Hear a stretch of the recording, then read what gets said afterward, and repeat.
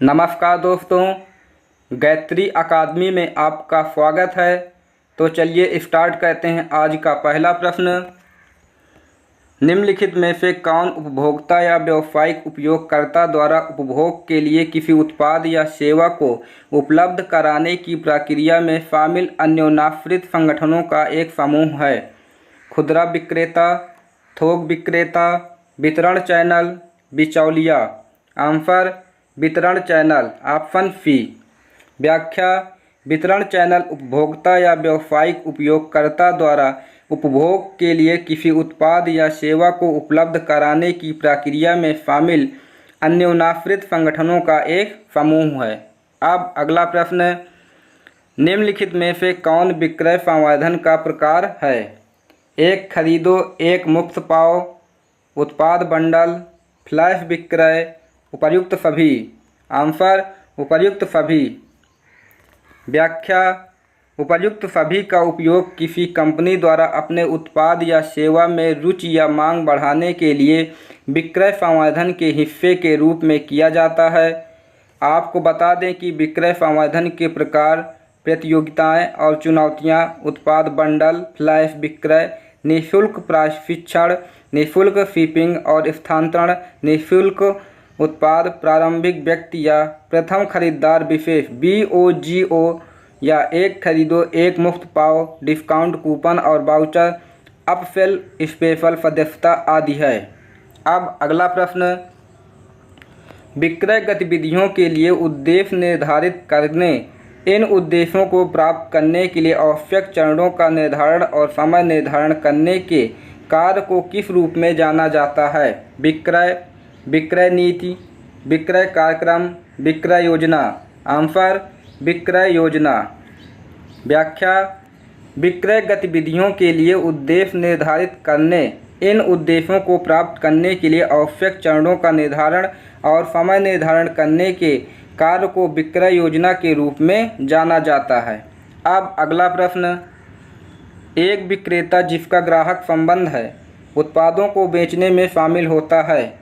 प्रत्यक्ष बिक्री, ग्राहक मूल्य बिक्री, cross selling, link selling. Answer cross selling, option C. Cross selling अतिरिक्त उत्पादों के विपणन और बिक्री का अभ्यास है जो आमतौर पर एक विक्रेता द्वारा किया जाता है जिसका ग्राहक संबंध होता है।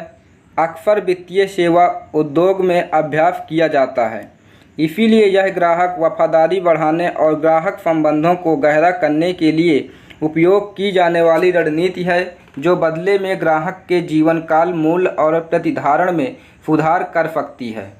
अब अगला प्रश्न, ई मार्केटिंग निम्नलिखित में से किसका भाग है? ई भुगतान, ई कॉमर्स, ईमेल मार्केटिंग, पारंपरिक विपणन। Answer e commerce, option B. व्याख्या, ई मार्केटिंग ई कॉमर्स का एक अभिन्न अंग है क्योंकि ई कॉमर्स कंपनी इंटरनेट क्षेत्र में काम करती है और उसकी कोई भौतिक दुकान नहीं होती। अब अगला प्रश्न, जब कोई ग्राहक बिना तार्किक सोच के कोई उत्पाद खरीदता है तो उसका निर्णय क्या होता है? भावनात्मक, तर्कसंगत, संरक्षण, ऊपर के सभी। आंसर भावनात्मक, ऑप्शन ए। व्याख्या, जब कोई ग्राहक किसी उत्पाद या सेवा का मूल्यांकन उसकी गुणवत्ता और कीमत के आधार पर नहीं करता है तो वह भावनात्मक खरीद व्यवहार प्रदर्शित कर रहा होता है। अब अगला प्रश्न, श्री योगेंद्र नए राष्ट्रीय बिक्री प्रबंधक अपनी कंपनी में अतिरिक्त संगठनात्मक वातावरण के बारे में सीख रहे हैं। वह निम्नलिखित में से किससे के बारे में नहीं जानेंगे? मानव संसाधन, वित्तीय संसाधन, सेवा क्षमताएं, सामाजिक और सांस्कृतिक वातावरण। आंसर सामाजिक और सांस्कृतिक वातावरण, ऑप्शन डी। व्याख्या, श्री योगेंद्र नए राष्ट्रीय बिक्री प्रबंधक अपनी कंपनी में अतिरिक्त संगठनात्मक वातावरण के बारे में सीख रहे हैं। वह सामाजिक और सांस्कृतिक वातावरण के बारे में नहीं जानेंगे। अगला प्रश्न, व्यक्तिगत विक्रय में सम्मिलित है मौखिक संप्रेषण, आमने सामने की बातचीत, ग्राहकों से बातचीत, उपर्युक्त सभी। आंसर उपर्युक्त सभी। व्याख्या सही उत्तर उपर्युक्त सभी है। व्यक्तिगत विक्रय एक आमने सामने की बिक्री है जहां विक्रेता ग्राहक को फर्म और अनुशंसित उत्पाद खरीदने के लिए राजी करने की कोशिश करता है। अब अगला प्रश्न, बिक्री प्रबंधन की कौन सी भूमिका रणनीतिक नहीं है? ट्रैकिंग, रिपोर्टिंग, डिलीवरी, वितरण को अनुकूलित करना। Answer delivery, option C. व्याख्या बिक्री प्रबंधन की डिलीवरी की भूमिका रणनीतिक नहीं है। अब अगला प्रश्न, निम्नलिखित में से कौन व्यक्तिगत बिक्री प्रक्रिया के चरण में शामिल है? पूर्वेक्षण, पूर्व उपागम, बिक्री प्रस्तुति, उपर्युक्त सभी। आंसर उपर्युक्त सभी। व्याख्या व्यक्तिगत बिक्री को आमने सामने बिक्री के रूप में भी जाना जाता है जिसमें एक व्यक्ति जो विक्रेता के रूप में कार्य कर रहा है ग्राहक को उत्पाद खरीदने के लिए मनाने का प्रयास करेगा। आपको बता दें कि व्यक्तिगत बिक्री प्रक्रिया के चरण में पूर्वेक्षण, पूर्व उपागम, उपागम, बिक्री प्रस्तुति, उद्देश्यों को संभालना, बिक्री बंद करना, आगे की कार्रवाई करना आदि शामिल है। अब अगला प्रश्न, वह कारक चुनें जो भौतिक आपूर्ति के भाग के रूप में शामिल नहीं है। भंडारण, मानकीकरण, परिवहन, पैकेजिंग। आंसर मानकीकरण, ऑप्शन बी। मानकीकरण उत्पादन का एक घटक है, अन्य तीन आपूर्ति श्रृंखला का हिस्सा है। अब अगला प्रश्न, वह प्रमुख कारक क्या है जो किसी सेवा को उत्पाद से अलग करता है? उपलब्धता, अस्पर्शता, कीमत, अनुभव। आंसर अस्पर्शता, ऑप्शन बी। व्याख्या किसी उत्पाद को विभिन्न मापनीय मापदंडों पर मापा और मूल्यांकित किया जा सकता है। दूसरी ओर किसी सेवा को किसी भी मानक मापदंडों पर नहीं मापा जा सकता। आपको बता दें कि सेवा को इच्छा या बुरा मानना पूरी तरह से ग्राहक के व्यक्तिगत अनुभव और अपेक्षाओं पर निर्भर करता है। अगला प्रश्न, बड़े विपणन मध्यस्थ लेकिन आकार, संसाधनों और संचालन के क्षेत्र के संदर्भ में एकमात्र विक्रय एजेंट जितना बड़ा नहीं है उसे किस रूप में जाना जाता है? थोक व्यापारी, एकमात्र विक्रय एजेंट, प्रत्यक्ष विपणन चैनल, अर्ध थोक व्यापारी। आंसर थोक व्यापारी, ऑप्शन ए। व्याख्या बड़े विपणन मध्यस्थ लेकिन आकार, संसाधनों और संचालन के क्षेत्र के संदर्भ में एकमात्र विक्रय एजेंट जितना बड़ा नहीं है उसे थोक व्यापारी के रूप में जाना जाता है। अब अगला प्रश्न, केवल एक थोक विक्रेता या खुदरा विक्रेता के माध्यम से उत्पादों को बेचना कहलाता है? व्यापक वितरण रणनीति, विक्रय वितरण रणनीति, विशेष वितरण रणनीति, जन वितरण रणनीति। आंसर विशेष वितरण रणनीति, ऑप्शन सी। व्याख्या केवल एक ही थोक व्यापारी या खुदरा विक्रेता के माध्यम से उत्पादों की बिक्री एक विशेष वितरण रणनीति कहा जाता है। विशेष वितरण माल के वितरण का एक तंत्र है जिसमें निर्माता एक वितरक को सामान बेचने का एकमात्र और विशेष अधिकार देता है। अब अगला प्रश्न, कई फर्म अपने बाहरी वातावरण का आकलन करने के लिए पर्यावरण स्कैनिंग का उपयोग करती है। पर्यावरण स्कैनिंग का उपयोग किया जाना चाहिए। आंसर भविष्य के खतरों और अवसरों की पहचान करने के लिए, ऑप्शन बी। व्याख्या कई फर्म अपने बाहरी वातावरण का आकलन करने के लिए पर्यावरण स्कैनिंग का उपयोग करती है, इसीलिए पर्यावरण स्कैनिंग का उपयोग भविष्य के खतरों और अवसरों की पहचान करने के लिए किया जाना चाहिए। अब अगला प्रश्न, प्रचालन बजट में दो भाग होते हैं जिन्हें बजट कहा जाता है। नकद बजट या व्यय बजट, लचीला बजट या मुख्य बजट, कार्यक्रम बजट या उत्तरदायित्व बजट, मुख्य बजट या उपयोग बजट। आंसर कार्यक्रम बजट या उत्तरदायित्व बजट, ऑप्शन सी।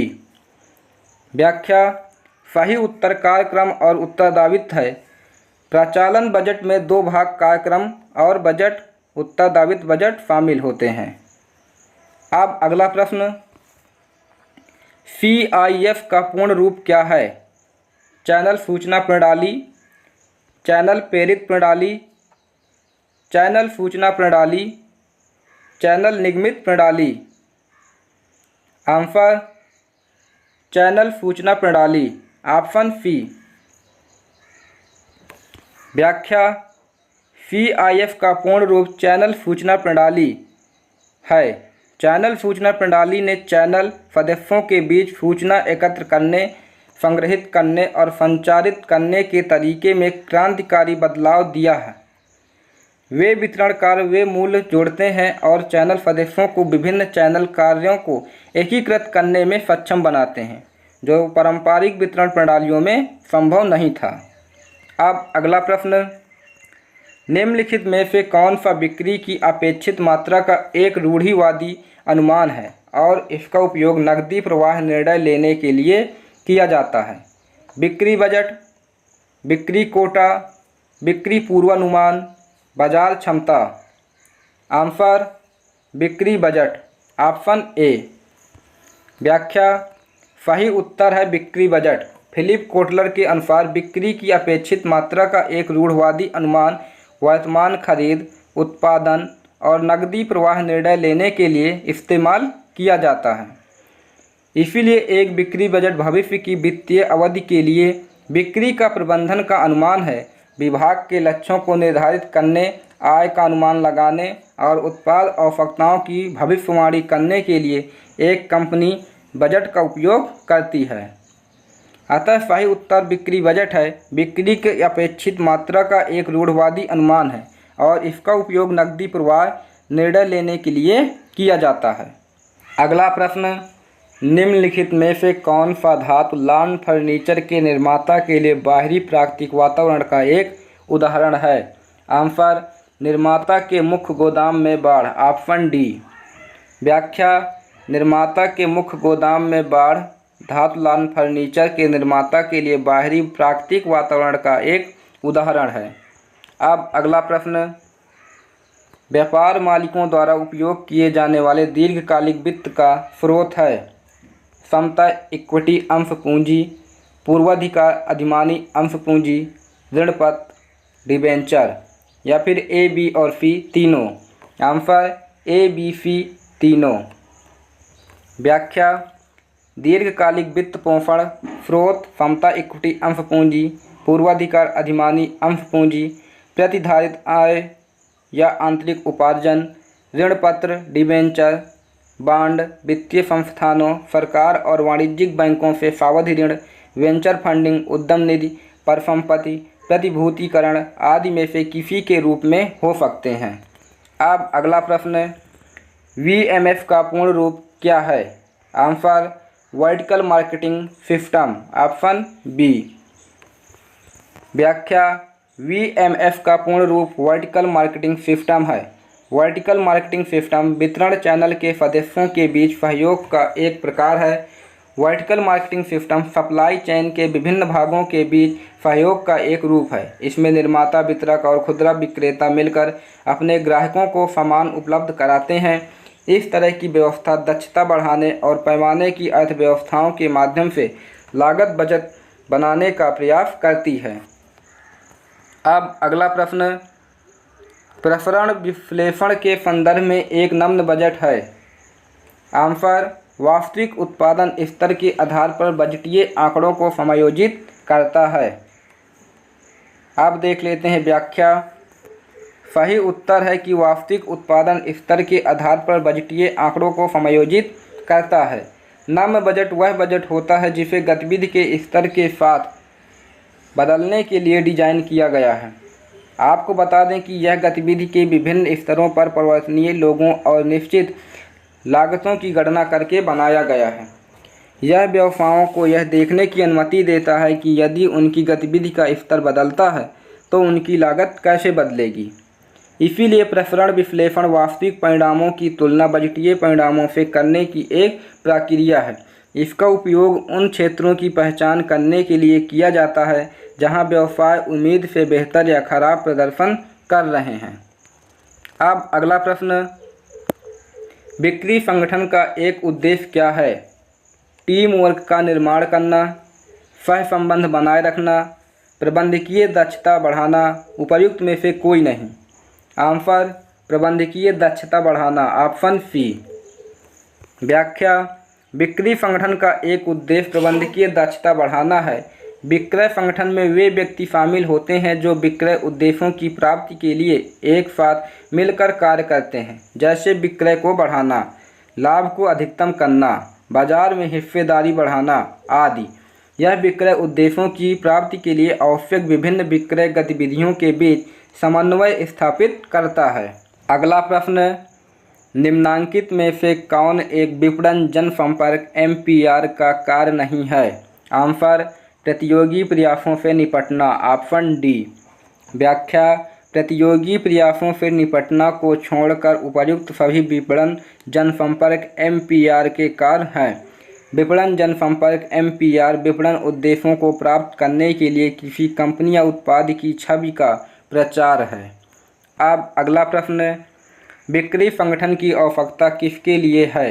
आंसर अवसरों या उन्नति में अंतर्दृष्टि प्रदान करना, ऑप्शन ए।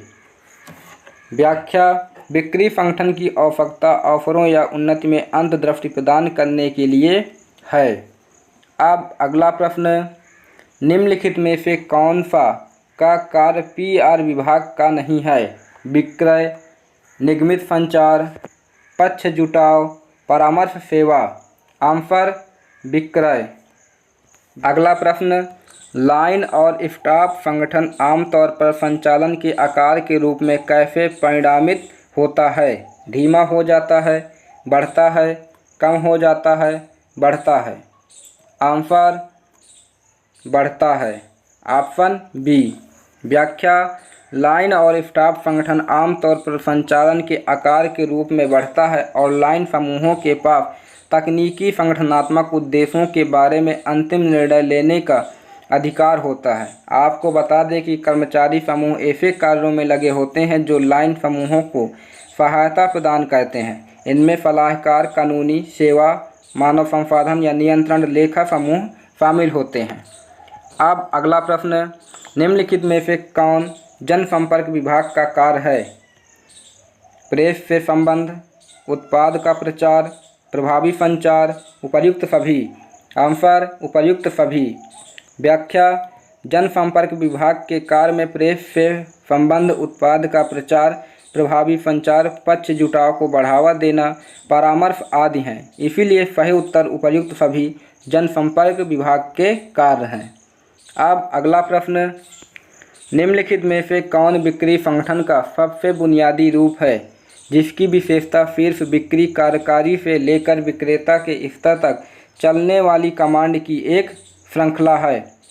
स्टाफ बिक्री संगठन, कार्यात्मक बिक्री संगठन, लाइन बिक्री संगठन, उपर्युक्त में से कोई नहीं। आंसर लाइन बिक्री संगठन, ऑप्शन सी। व्याख्या, लाइन बिक्री संगठन का सबसे बुनियादी रूप है जिसकी विशेषता सिर्फ बिक्री कार्यकारी से लेकर विक्रेता के स्तर तक चलने वाली कमांड की एक श्रृंखला है। आपको बता दें कि लाइन सेल्स संगठन सबसे पुराना और सरल बिक्री संगठनात्मक ढांचा है। बिक्री संगठन में ऐसे लोग या व्यक्ति शामिल होते हैं जो फर्म द्वारा निर्मित उत्पादों या पुनः विक्रय के लिए खरीदे गए उत्पादों के प्रभावी विपणन के लिए एक साथ काम करते हैं। अब अगला प्रश्न, प्रेस विज्ञप्ति, प्रायोजन, विशेष कार्यक्रम और वेब पेज किसका हिस्सा है? प्रत्यक्ष विपणन, विज्ञापन देना, बिक्री प्रचार, जनसंपर्क। आंसर जनसंपर्क, ऑप्शन डी। व्याख्या, सही उत्तर जनसंपर्क है। जनसंपर्क PR किसी व्यक्ति या निगम के बारे में आम जनता, विशेष रूप से मीडिया को कैसे सूचित किया जाता है, इसे नियंत्रित करने के लिए तकनीकों और रणनीतियों का एक समूह है। आपको बता दें कि इसका मुख्य उद्देश्य प्रमुख कंपनी समाचार या घटनाओं को बताना, एक सकारात्मक ब्रांड छवि बनाए रखना और नकारात्मक घटनाओं पर एक सकारात्मक स्पिन डालना है ताकि उनके परिणामों को कम किया जा सके। चूँकि एक कंपनी प्रेस विज्ञप्ति, समाचार सम्मेलन, पत्रकारों के साथ साक्षात्कार, सोशल मीडिया पोस्टिंग या अन्य स्थान सभी जनसंपर्क के उदाहरण हैं। अब अगला प्रश्न, निम्नलिखित में से कौन विधि अर्थशास्त्र के सीमांत विश्लेषण सिद्धांत पर आधारित है? इसकी मूल अवधारणा यह है कि शुद्ध लाभ में वृद्धि बिक्री राजस्व की मात्रा में वृद्धि लागत से अधिक होगी। आंसर, वृद्धिशील विधि, ऑप्शन बी। वृद्धिशील विधि अर्थशास्त्र के सीमांत विश्लेषण सिद्धांत पर आधारित है। इसकी मूल अवधारणा यह है कि शुद्ध लाभ में वृद्धि बिक्री राजस्व की मात्रा में वृद्धि लागत से अधिक होगी। अब अगला प्रश्न, किसका उपयोग हितधारकों के विभिन्न समूहों द्वारा किसी संगठन को देखने के तरीके को प्रभावित करने के लिए किया जाता है?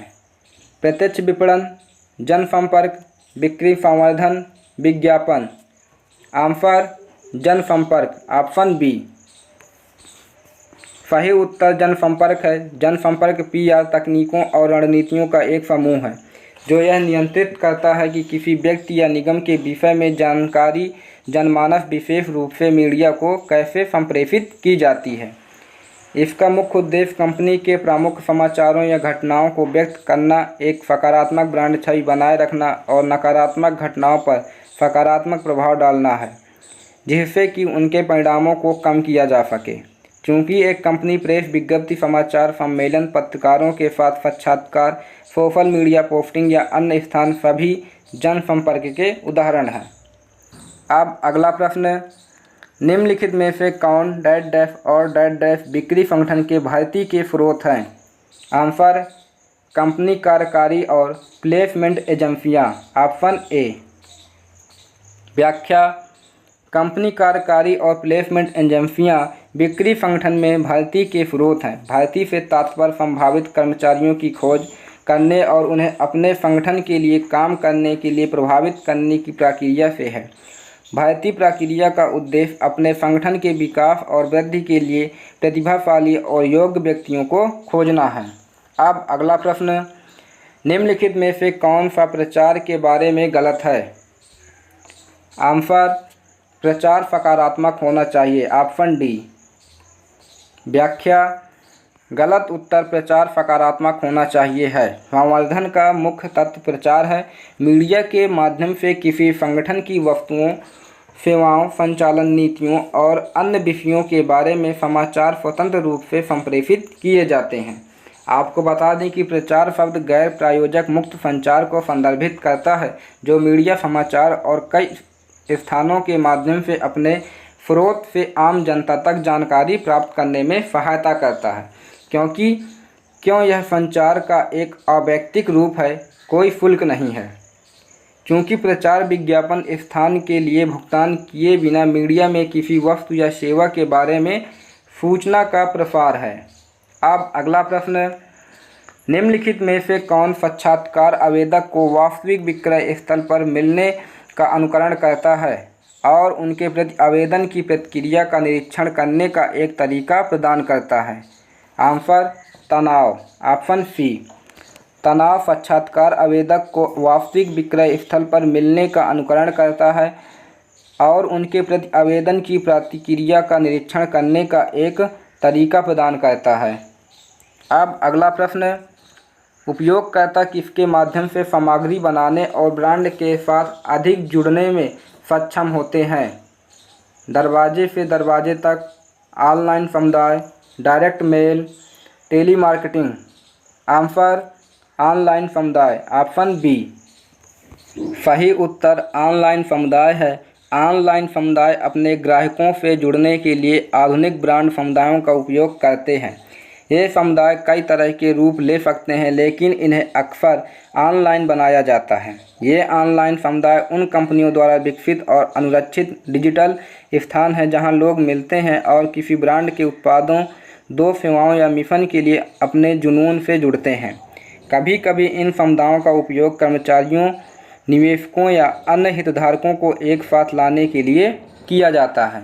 अब अगला प्रश्न, निम्नलिखित में से कौन मापता है कि कोई व्यक्ति अधिकतम प्रेरणा के साथ किसी विशेष कार्य को कितनी अच्छी तरह से कर सकता है? आंसर, योग्यता परीक्षण। Option B. व्याख्या। योग्यता परीक्षण मापता है कि कोई व्यक्ति अधिकतम प्रेरणा के साथ किसी विशेष कार्य को कितनी अच्छी तरह से कर सकता है। अब अगला प्रश्न, उत्पाद जीवन चक्र के किस चरण में बिक्री धीमी हो जाती है और लाभ स्थिर या कम हो जाता है? परिचय, विकास, परिपक्वता, गिरावट। आंसर गिरावट। व्याख्या। जब कोई उत्पाद गिरावट के चरण में पहुंचता है तो आमतौर पर इसकी बिक्री और उसके उत्पाद के मुनाफे में गिरावट देखी जाती है। इस चरण में उत्पाद को नवीनीकृत या प्रतिस्थापित करने की आवश्यकता होती है। अब अगला प्रश्न, निम्नलिखित में से किसके अनुसार प्रशिक्षण किसी कर्मचारी के किसी विशेष कार्य को करने के लिए उसके ज्ञान और कौशल को बढ़ाने का कार्य है? Answer Edwin B Flippo. Option A. Edwin B Flippo के अनुसार प्रशिक्षण किसी कर्मचारी के किसी विशेष कार्य को करने के लिए उसके ज्ञान और कौशल को बढ़ाने का कार्य है। अब अगला प्रश्न, व्यय की प्रत्येक मद को उसके उद्देश्य को उचित ठहराने की प्रक्रिया को किसके रूप में जाना जाता है? आंसर लागत लेखांकन। Option C. व्यय के प्रत्येक मद को उसके उद्देश्य को उचित ठहराने की प्रक्रिया को लागत लेखांकन के रूप में जाना जाता है। आपको बता दें कि लागत लेखांकन को उत्पादन, माल और प्रदर्शन सेवाओं की लागत के कुल और विस्तृत माप की रिकॉर्डिंग और रिपोर्टिंग के लिए प्रक्रियाओं का एक व्यवस्थित सेट के रूप में परिभाषित किया गया है।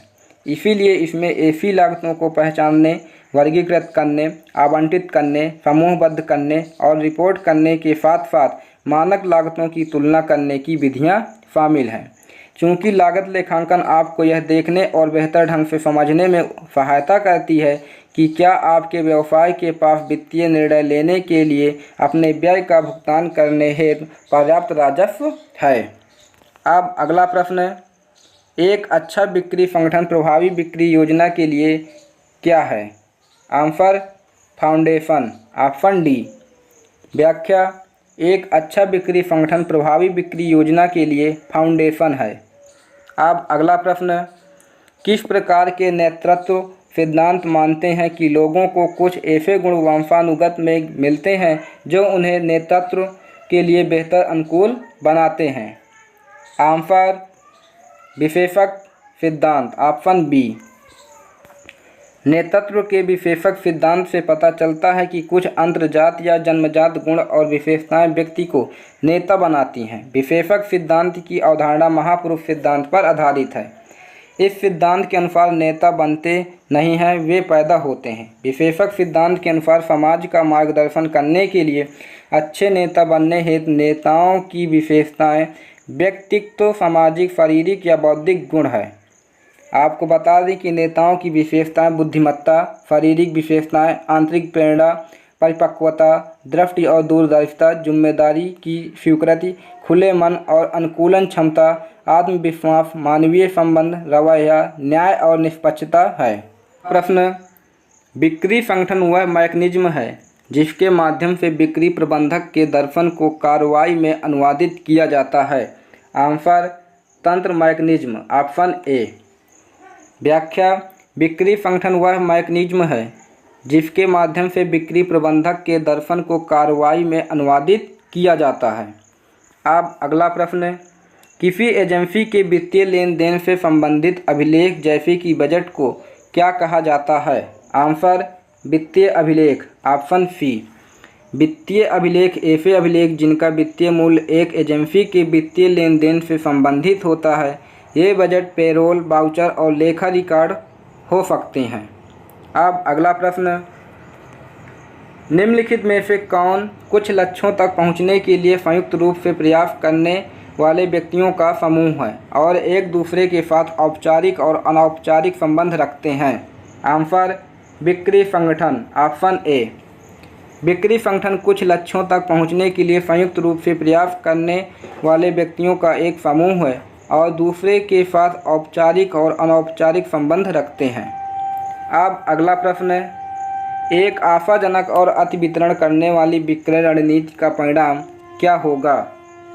आंसर प्रसन्न ग्राहक, ऑप्शन बी। आशाजनक और अति वितरण के तहत ग्राहकों को संतुष्ट करने के लिए अतिरिक्त मील जाने से अधिक करने का उल्लेख किया गया है। यह धन के लिए मूल्य प्रदान करने को संदर्भित करता है जो कि सभी ग्राहक चाहते हैं। यह केवल ग्राहकों को वास्तव में प्राप्त मूल्य के स्तर के विरुद्ध उनकी पूर्व खरीद अपेक्षाओं की तुलना है। इस प्रकार ग्राहक संतुष्टि खुश ग्राहक एक आशाजनक और अधिक वितरण वाली बिक्री रणनीति का परिणाम होंगे। अब अगला प्रश्न, बिक्री संगठन में बिक्री विभाग का काम किसमें विभाजित होता है? आंसर अलग अलग कार्य, ऑप्शन बी। बिक्री संगठन में बिक्री विभाग का काम अलग अलग कार्य में विभाजित होता है। अब अगला प्रश्न, अच्छी मार्केटिंग सावधानी पूर्वक योजना और डैश का परिणाम है। अनुसंधान, बिक्री, कार्यान्वयन, रणनीतियाँ। आंसर कार्यान्वयन, ऑप्शन सी। व्याख्या, उद्देश्य को सफलतापूर्वक प्राप्त करने के लिए एक अच्छी मार्केटिंग योजना महत्वपूर्ण है। इन उद्देश्यों को प्राप्त करने के लिए एक अच्छी योजना का क्रियान्वयन भी उतना ही महत्वपूर्ण है। अब अगला प्रश्न, एक अच्छा बिक्री संगठन डैश बढ़ाता है। आंसर प्रबंधकीय क्षमता, ऑप्शन ए। एक अच्छा बिक्री संगठन प्रबंधकीय दक्षता बढ़ाता है।